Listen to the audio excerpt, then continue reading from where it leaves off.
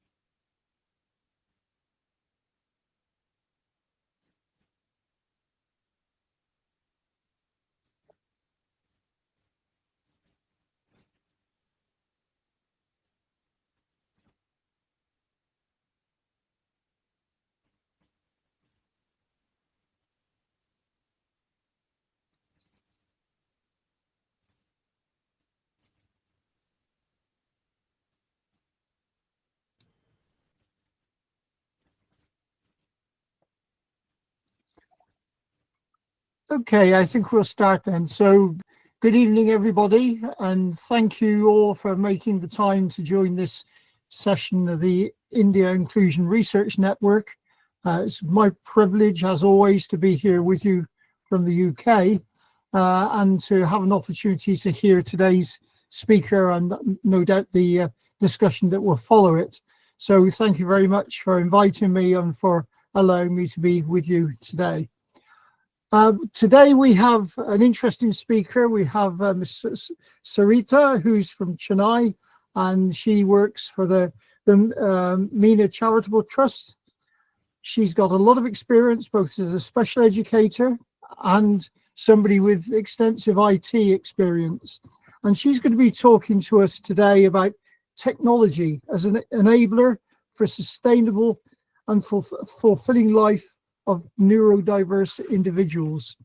We will follow the usual rules for those of you who are familiar with the sessions. If I could ask you, while Ms. Saritha is speaking, to please make sure you keep your microphones on mute and your screens off so that she can give about 30 minutes presentation uninterrupted. At the end of that, there will be an opportunity to ask questions. If you look at the bottom of your screen, there is a symbol for raising your hand. If you would like to just touch that with your mouse or however you're operating, then I will put you in a queue to get your questions answered. So thank you once again for joining us. And I'm going to hand over now to Ms. Saritha and ask her to give us her presentation. Thank you very much and welcome. Thank you, Professor, and thanks everybody for joining the webinar today. Let me start with sharing the screen.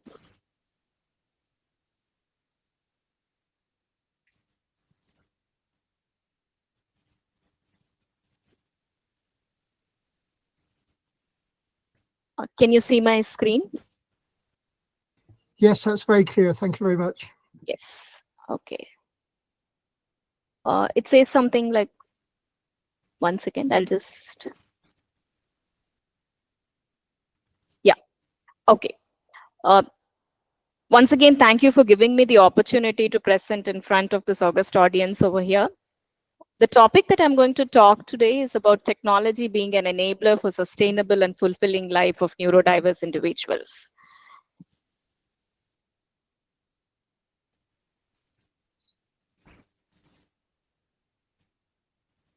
You're all able to see my screen, right? I've moved on to the second slide. Yes, that's yes, very yes. clear. That's fine. Okay, yes. So the agenda for today is going to be, I'm going to start off speaking a few minutes about MIRA, the organization that I'm a part of. We'll quickly get into what are the different facets of independent living and what are the challenges that face independence and autonomy of neurodiverse individuals, and what technological tools can be used for driving independence and autonomy. Some of the tools are in the stage of research. Some of the tools we have already done and we'll share our findings. Some of them are in the design and development stage, and some are still in the ideation stage. So you will see tools across various stages, and we're looking for partners who can collaborate with us and work with us in designing, development, and field testing of these tools. Quickly about MIRA. MIRA is around 16 years old. It was started on 2nd July 2009. And MIRA is born out of a dream of creating an all-inclusive space. And if you look into it, MIRA works with individuals who are neurodiverse, all categories of neurodiversity. And our main goal is inclusion. Inclusion into mainstream schools, and more than that, inclusion with the community at large. There are three pillars or the tagline of MIRA, which is educate, empower, and embrace. These three main pillars drive every initiative that happens at MIRA. And we try to align ourselves with the sustainability development goals as highlighted by UN, where we look at how we can emphasize inclusion, education, health, equality.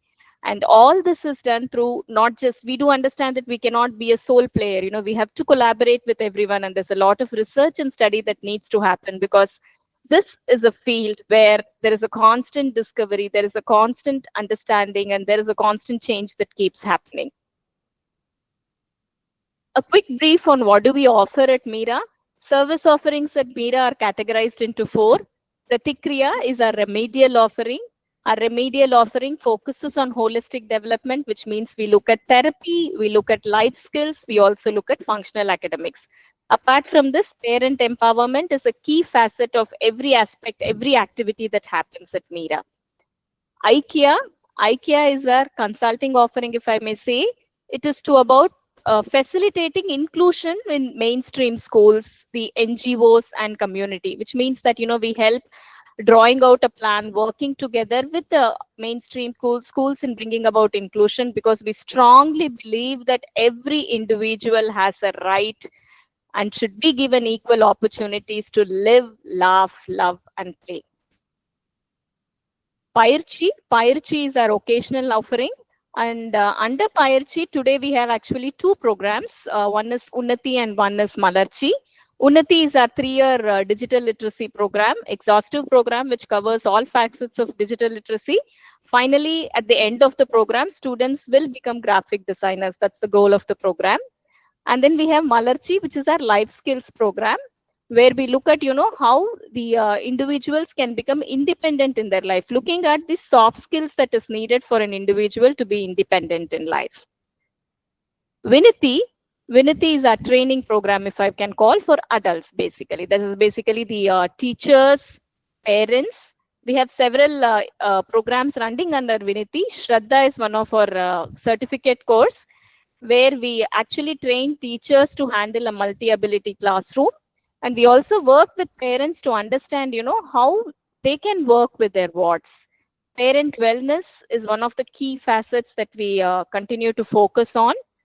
Swastham is an initiative that is from MIRA, where, we look at a constant focus on parent wellness. So it's actually a complementary initiative that is given to the parents. They are welcome to join these programs. And it uses a lot of medium to convey wellness, to assess the wellness of the parents and help them to enjoy their life.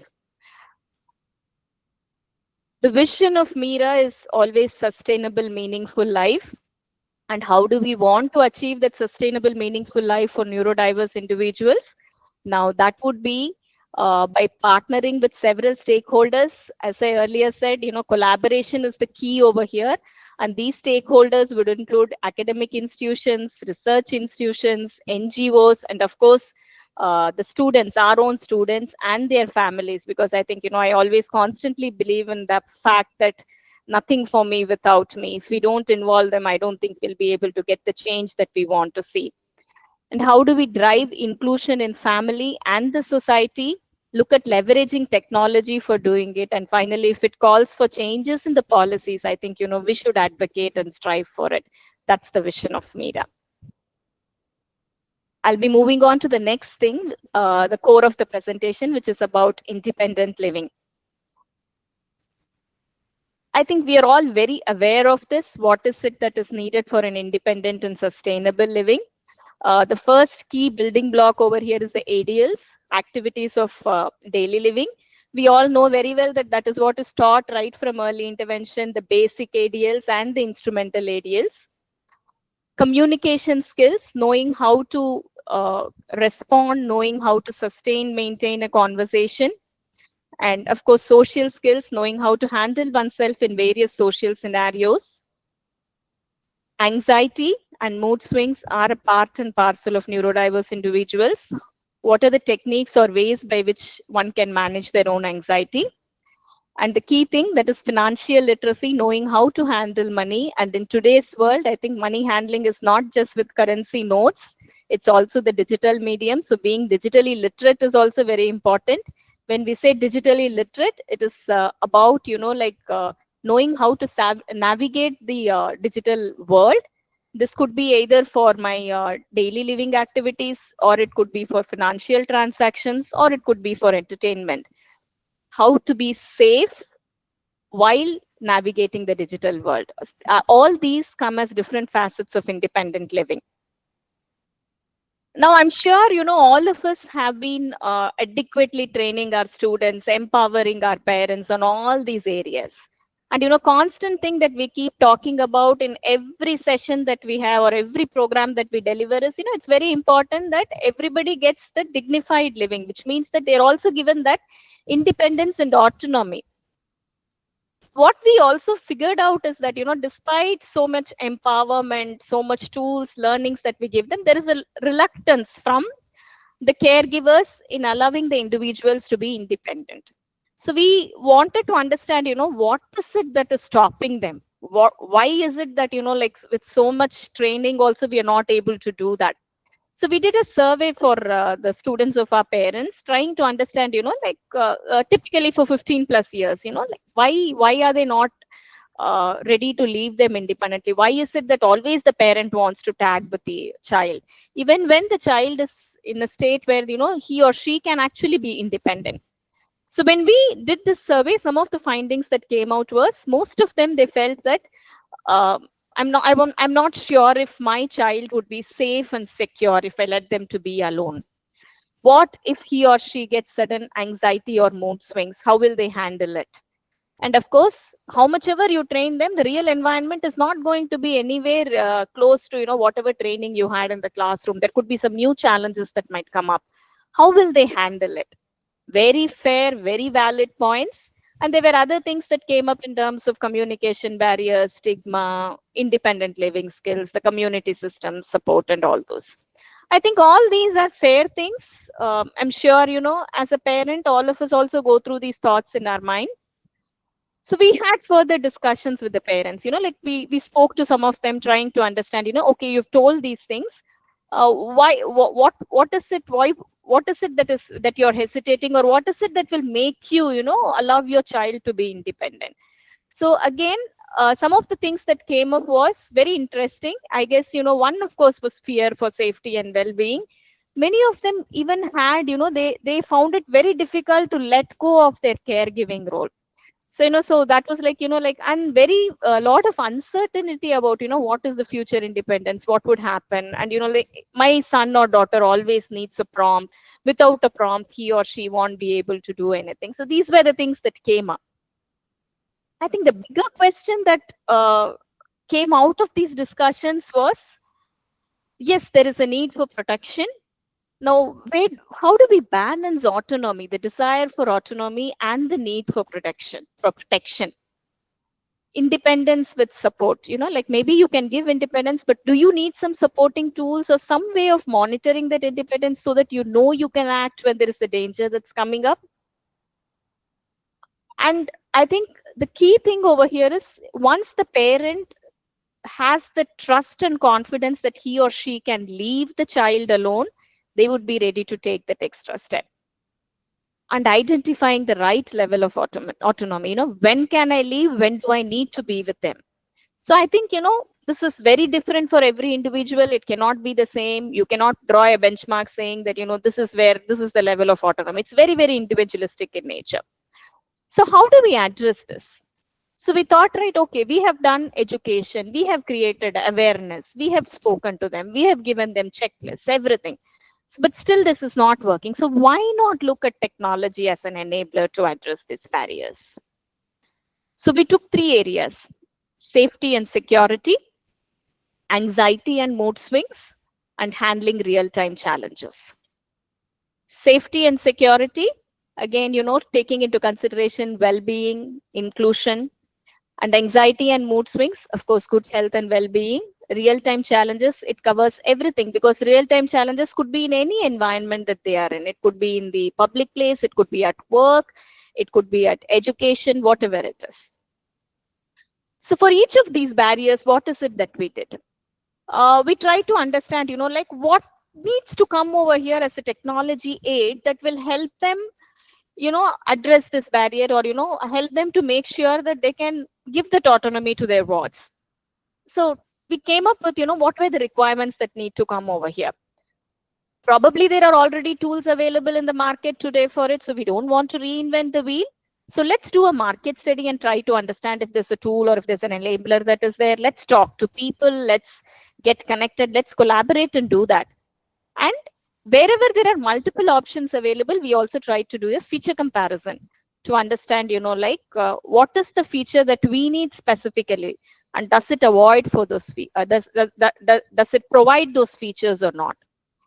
And look at if the features are not available, or if a tool is not available, then we have to look at partners who will help develop that for us.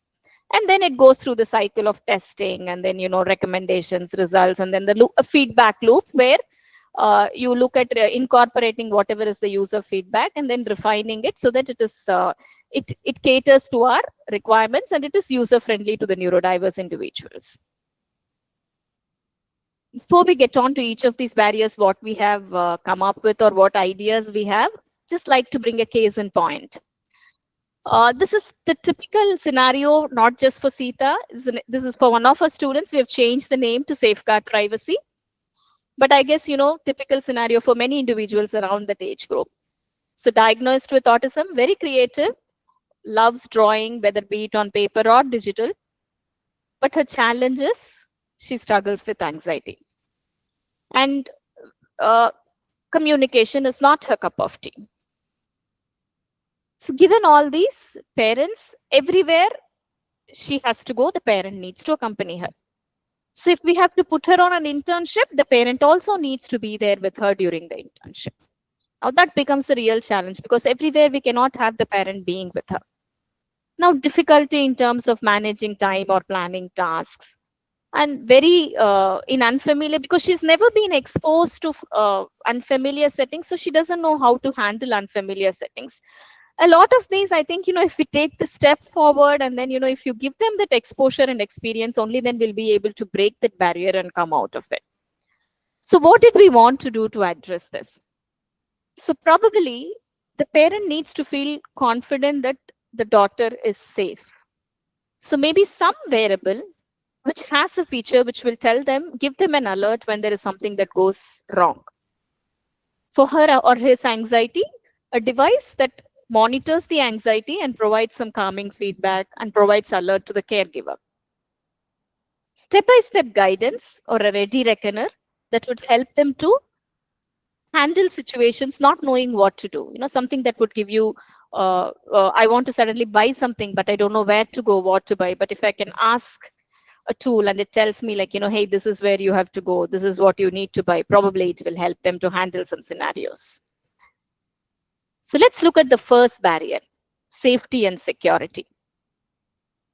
So once we got into this barrier, we wanted to also, like understand, will the parents be comfortable if there is something that will help them know where their ward is?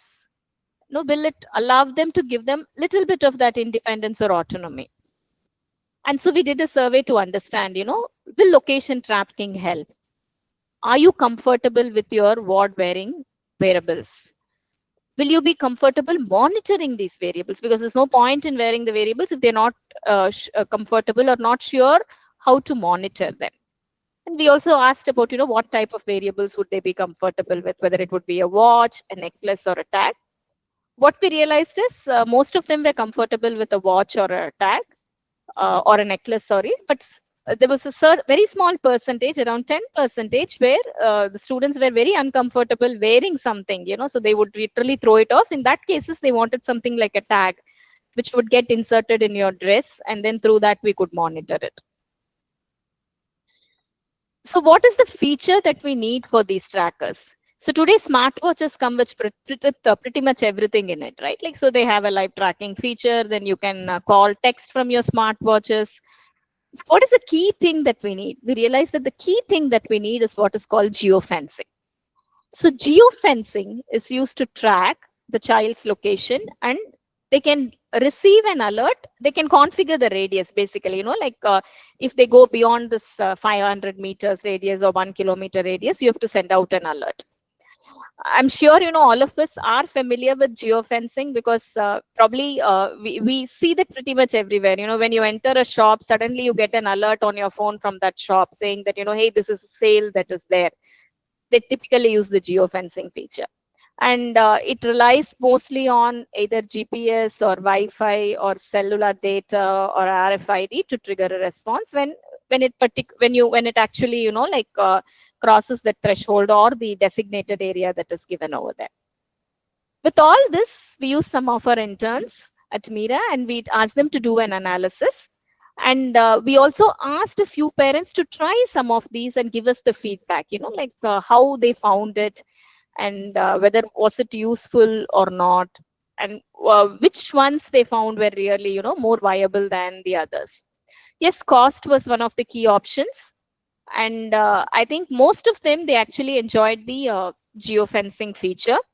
So we figured out that they wanted that geofencing feature, but I think the tools that they had did not provide for the geofencing feature, except the Geotag Air, which had the feature. But the disadvantage for Geotag Air was that it goes with, in the vicinity, there needs to be someone with the proper device for Bluetooth where you can get it and, transfer that signal.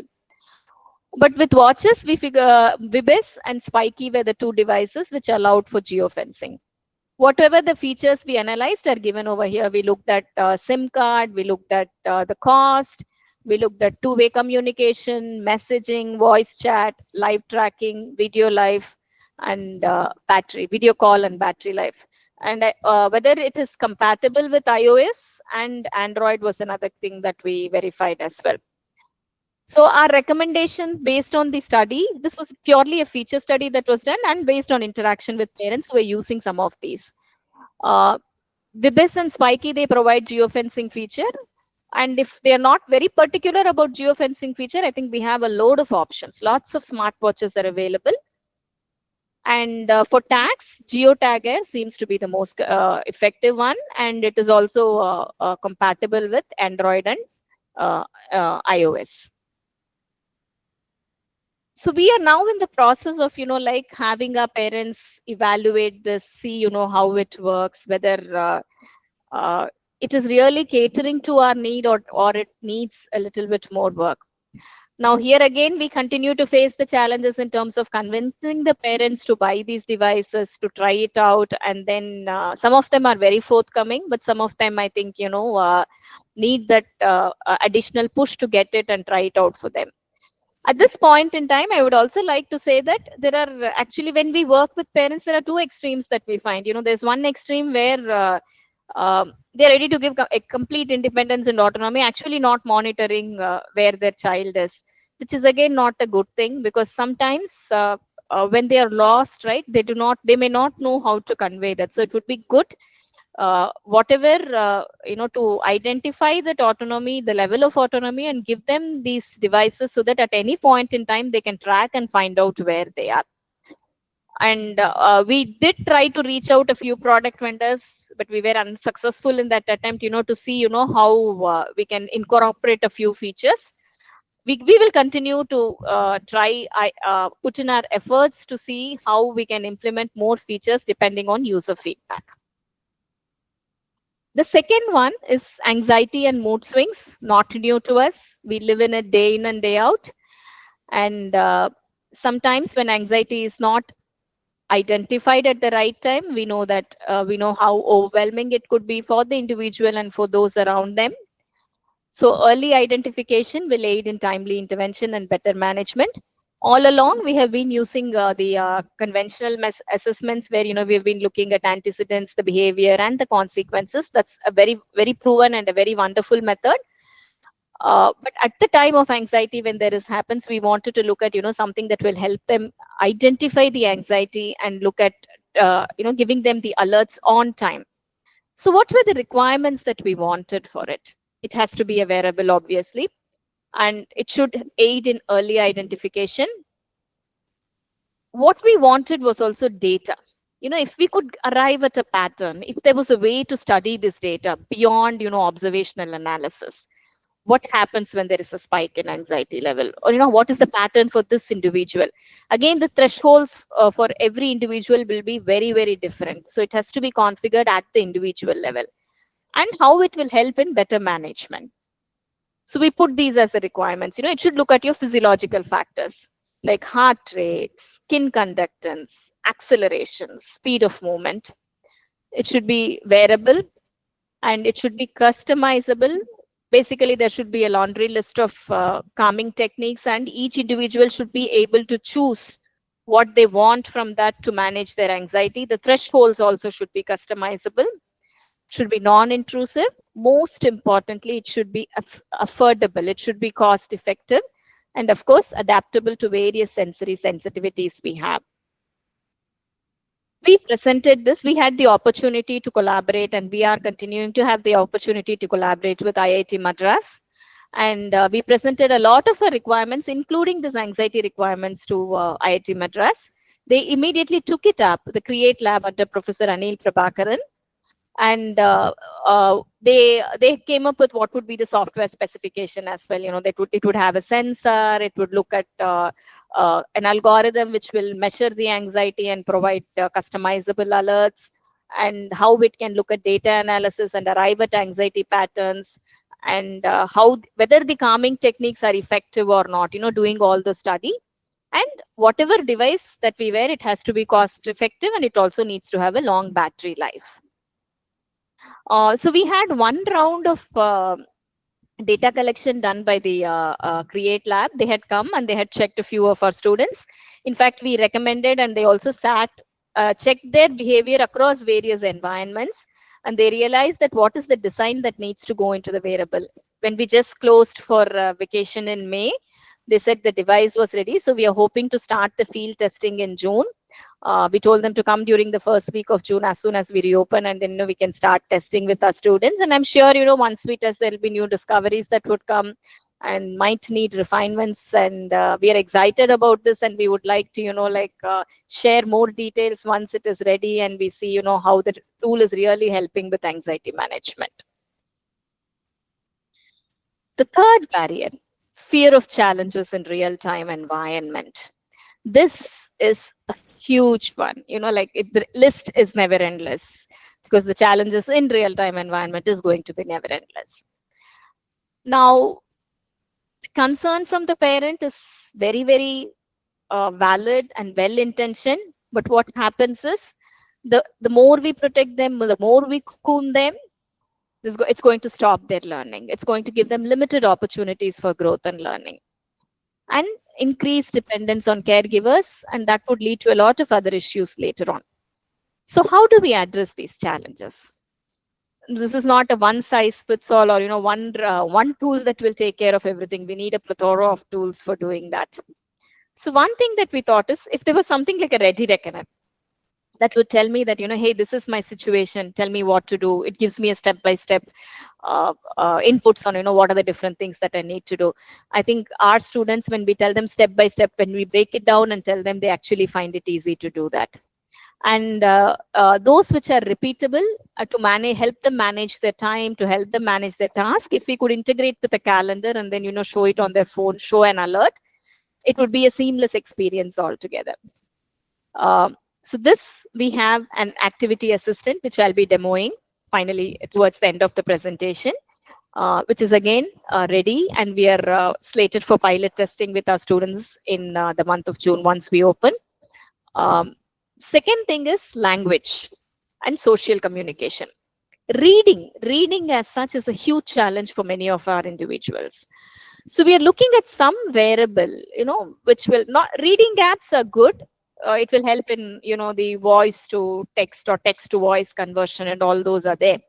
But something beyond that, text or the hoardings, or, if there's a huge paragraph that is there in front of me, will it give me a crux in a simple language, summarizing it and giving it? So that's what we want in this tool, something that will work in an intelligent way. And typically that is what all our chat GPTs do, right? We give them a paragraph and we tell them summarize in 50 words. It gives me wonderfully in 50 words. I want it in a simple language, it gives me in a simple language. I want it professional, it gives me professional. So if you're able to build something like that, which is a variable, I think that makes the life easier. And the key point over here is it has to be catering to local languages. Because unfortunately, not everything around us is going to be in English. It has to, at least to the area that we are in, if we could cater to that, it would be really wonderful. So we had thrown this requirement to, again, IIT Madras, the Center for Neurosciences, Professor Srinivas Chakravarti. He's very enthusiastic to take this and work. And in fact, as we speak, we've also got a glass which is used by visually impaired people, and we've told him that we received it from visually impaired team. And we've told Professor that, we will hand it over to him, and if he could study how it is done and use that to build the apps that we are envisaging, that would be really great. I'm sure, it will help a lot of people around, especially those who are struggling with reading, whether it is on the spectrum or whether it is on SLD, whatever it might be. It becomes a big boon for everyone. Communication. How do I communicate? How do I maintain a conversation? How do I sustain a conversation? Something that will act like a buddy, and use a very simple language, the level that I am in. So I'm probably only at a basic level. So the language, the communication should happen at a basic level. There are some AI tools available for this today. There's something called Replica AI, but the standard is way too high over there. So, the customization is also limited. So we did study that, but we found that, if somebody could build it for us, it would be really wonderful. For all the real-time applications, right? Whether it is going to be a banking app, or whether it is going to be a travel app, or whether it is going to be simple thing like crossing a road, right? If there are ways by which we can simulate it through an app or through AR, VR experience, I guess that would be a learning ground that will give them an understanding of how it is in the real world before navigating to the real world. And finally, social stories. Social stories are the means by which we use to help our students regulate their emotions, control their impulses, transitions, aerials, whatever name it. Social stories are a part and parcel of our education process over here. So given that, if we can have I think we create our social stories on the go, or there is a repository that is available, but a repository that is more customizable. I give a situation and it throws up a social story for me with pictures and all those. I think today with AI, it does give us some good social stories examples, but it is more of textual in nature. If it could be graphical, if we can have a database built out of it, and then whatever is not there in it, it goes to the public domain to get the information. So these were the requirements that we have. As we speak, I think, the Ready Reckoner is in place. For the reading, we are working with the IIT team to get that done. And for simulation apps, we have spoken to even banks for banking apps, and they actually find it very difficult to create one. So we're still hoping that there'll be somebody who will come forward and do it for us, so that and I'm sure this is not just for the neurodiverse community. It will be helpful to everyone. I guess if we are having such apps, it will create those exposure and awareness much before going into the real world. This thing. So these apps should be able to replicate the vulnerabilities as well without actually compromising on the safety. I'm going to stop share over here and just open my. Just give me a minute. I'm going to demo the.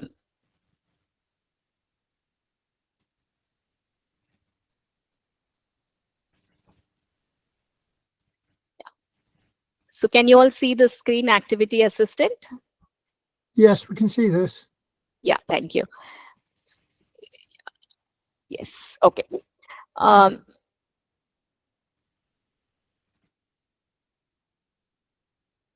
okay.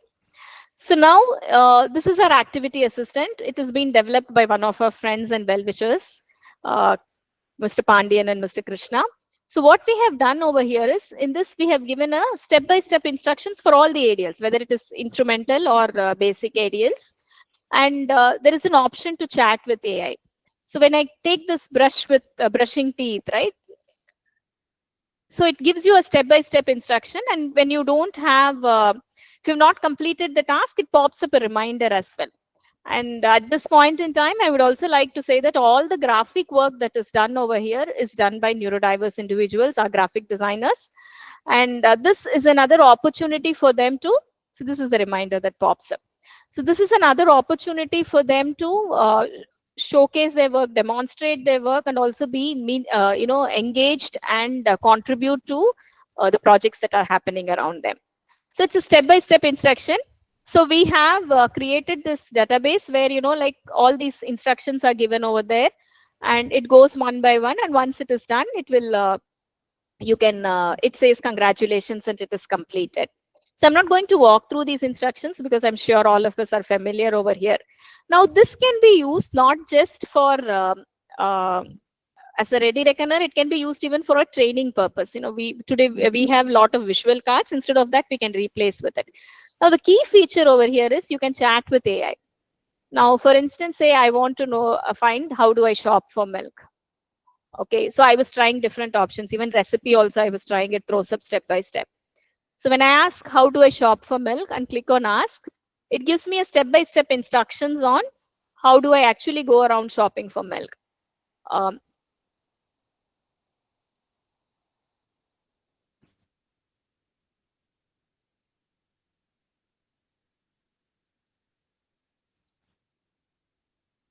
So I can also even, yeah, so whatever is there in the AI database, it will help in actually figuring it out and doing that. So the way we have done over here is that whatever are very common that we do every day, we have given our own set of steps in a simplified manner along with pictures. Wherever it is something which is ad hoc in nature, you can actually go to AI, ask the question, and it will give you a step-by-step information on how to do that. So this could also be used as a preparation before actually going to the real scenario over here. So so like for those, I just tried out, like how do I make bisibela bath for 2 people, give me with measurements. Okay, so it gives me the entire ingredients over here, what is needed, all those, right? But it gives in a step-by-step basis so that I can pause, take one input at a time and proceed.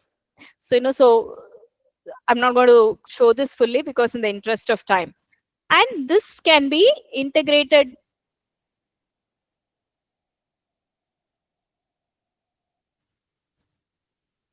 These can be integrated on a calendar. So I can schedule a task on a calendar. So for instance, like, if I want a reminder for brushing teeth, I can put over here brushing teeth and I can schedule it on my calendar.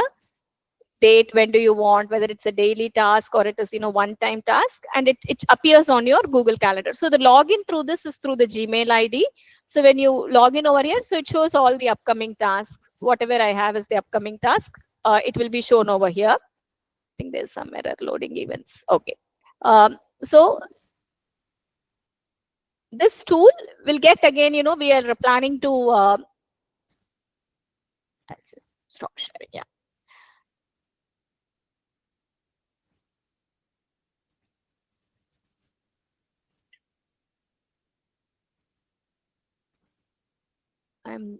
How do I want to share back my presentation. Yeah, I see that now.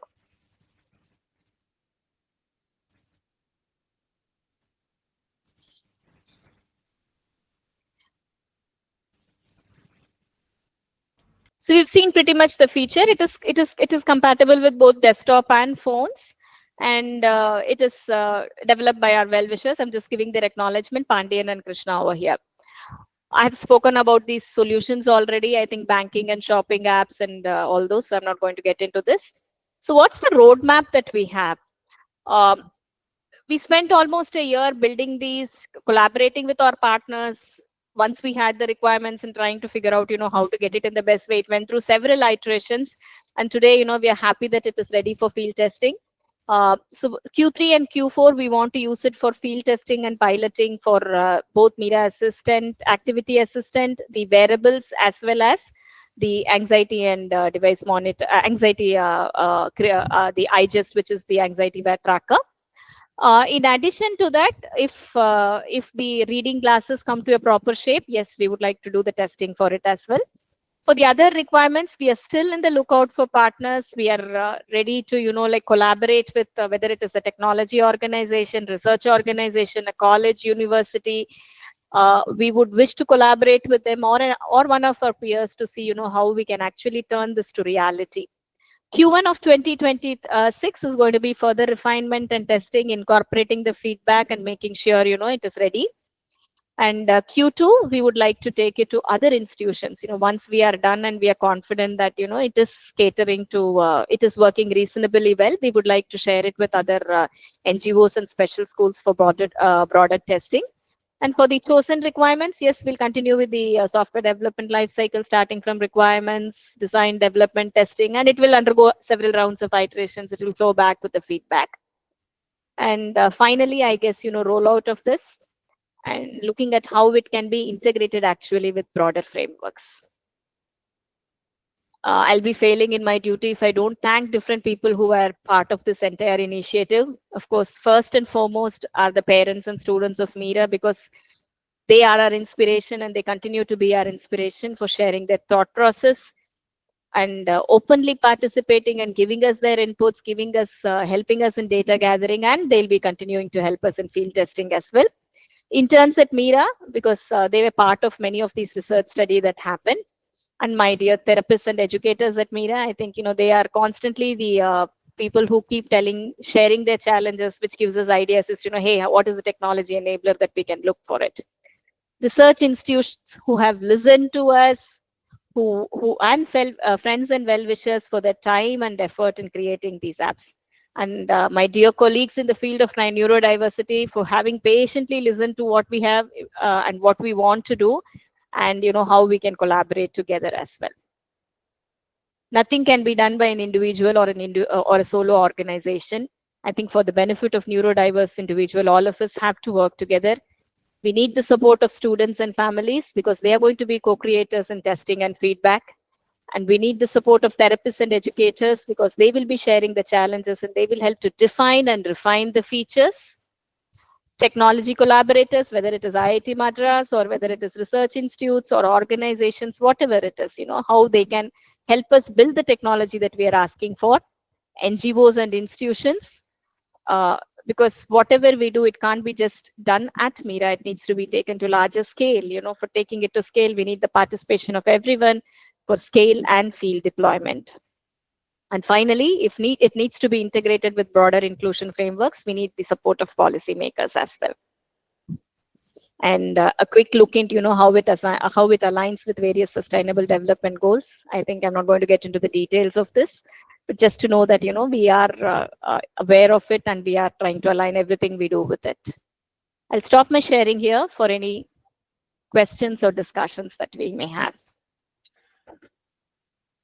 Okay, thank you very much for a most interesting presentation there. Lots for us to think about, and I see it's very much a process in development, and I hope perhaps in the future you might come back and tell us about how things have progressed and what you've learned through this system. So thank you very much for that. I noticed during the presentation, 1 or 2 hands went up.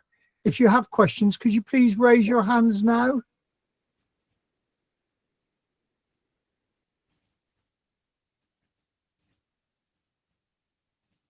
There were questions during the session or hands going up during the session. Maybe that was accidental, I don't know.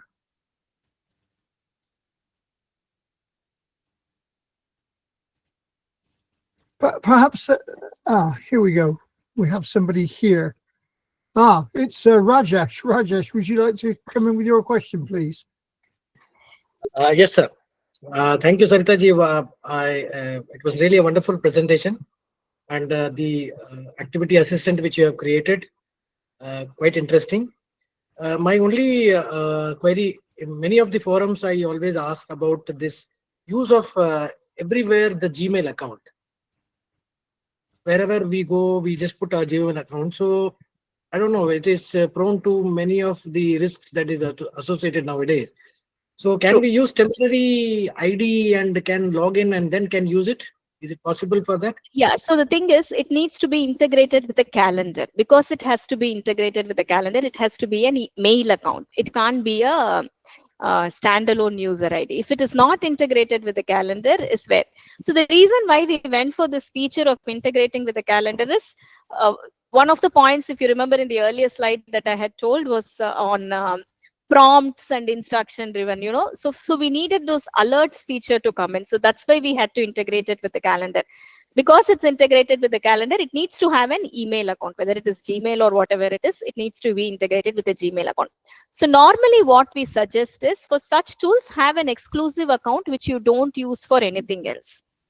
Okay, so that if it doesn't get hacked or it doesn't get misused in any way.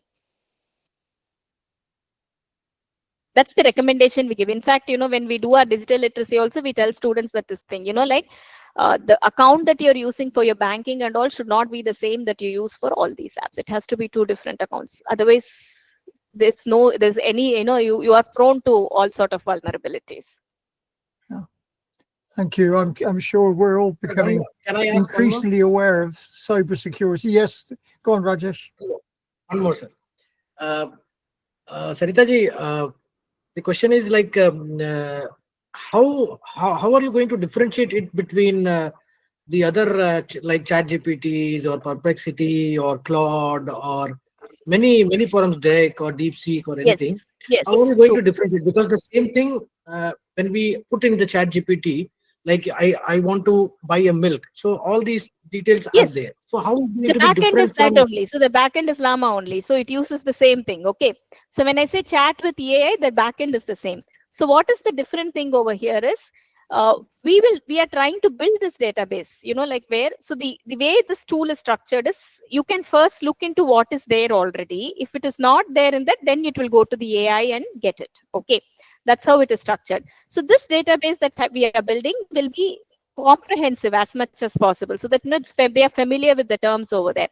Now, what is the difference between a chat GPT and this thing is, it doesn't break it down into the step level and allow pause at every step and then go ahead. Okay, because for our individuals, I think, doing it as a whole together is a very difficult task, and reading is a challenge. That's where, we are putting a voice over here, where the voice comes in as well. Our dream, Rajesh ji, is again, this cannot be just in English, right? Anything only in English is not going to be catering to the different strata of people that we are addressing over here. So at some point in time, it has to cater to minimum local language requirements. Okay, so that's the stage where we want to go in. So to answer your question, that step by step and the voiceover and integrating with the calendar is where the differential features come in with respect to what is there in this thing. At the back end, it still uses one of those tools only. The LLMs are one of those models that it uses. Okay, thank you. Thank you, Rajesh, for your questions. Does anybody else have questions they'd like to ask?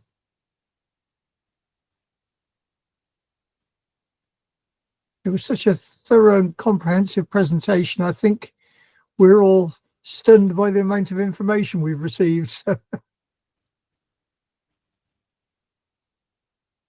Okay, it's last chance. Anybody want to put their hand up? Okay, I think as usual, Rajesh will be circulating the notes and the presentation after this meeting. Is that right, Rajesh? So that'll be somebody has sent a message, I guess. Yeah, that will be an opportunity then. If anybody needs to get back, I'm sure people could contact Saritha directly if you're interested in this work, knowing more about it, or even supporting it. So I'm sure in the future we will hear a lot more about this work. So thank you all very much for switching in today. Rajesh, do you want to say anything about the next session? Yes, sir. Next session again, we'll be meeting next month, last Friday, most probably on the 27th of June, with another set of presentation. I think no questions. So.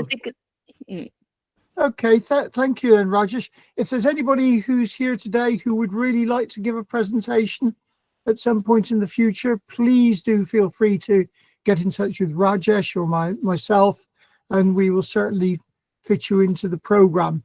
But in the meantime, I'd just like to say a particular thanks to Saritha for an excellent presentation, very informative. I hope to actually perhaps see the work in person at some point in the future. And say thank you to all of you for attending today, and to Rajesh particularly for all his organization and the efficient way in which he keeps everybody in touch. So thank you all very much, and I'll see you all next month. Thank you. Thank you so much for the opportunity. You're welcome. Bye. Bye.